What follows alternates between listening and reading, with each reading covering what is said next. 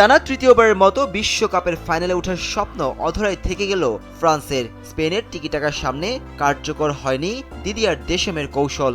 ফাইনালে স্বপ্ন বুনলেও শেষ পর্যন্ত সেমিফাইনালেই থামতে হলো ফরাসিদের।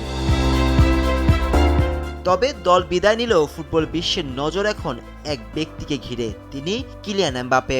ফ্রান্স ও স্পেন সেমিফাইনালের আগে আলোচনায় ছিল দুটি ম্যাজিক্যাল সংখ্যা 21 ও 146। প্রথমটি বিশ্বকাপে লিওনেল মেসির গোলের রেকর্ড, আর দ্বিতীয়টি ক্রিশ্চিয়ানো রোনালদোর আন্তর্জাতিক গোলের মাইল ফলক। মাত্র 27 বছর বয়সে বিশ্বকাপে 20 গোল করে এমবাপে মেসির রেকর্ডের খুব কাছাকাছি পৌঁছে গেছেন। মেসি রোনালদোর মহাকাব্যিক অধ্যায় যখন শেষের পথে, তখন ফরাসি অধিনায়কের সামনে পড়ে আছে আরও অন্তত দুটি বিশ্বকাপ। অবিশ্বাস্য গতিতে এগিয়ে চলছেন এমবাপে।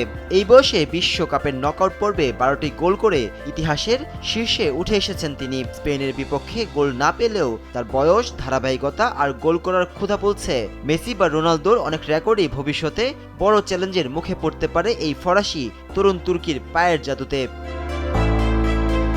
পরিসংখ্যানও এমবাপ্পের পক্ষেই কথা বলছে।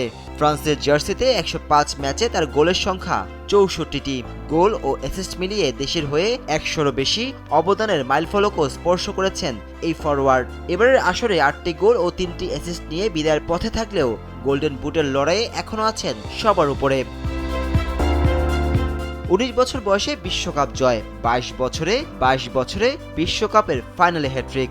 এমবাপ্পের ক্যারিয়ার যেন রূপকথাকেও হার মানায়।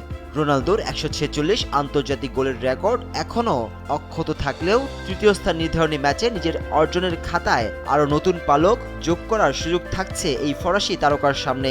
মেসি রোনালদোর পর ফুটবল বিশ্ব কি তবে এমবাপ্পের যুগে প্রবেশ করতে যাচ্ছে? সেই উত্তরটা সময়ই দেবে। নাজমুস সাকিব, স্পোর্টস ডেস্ক, দেশ টিভি।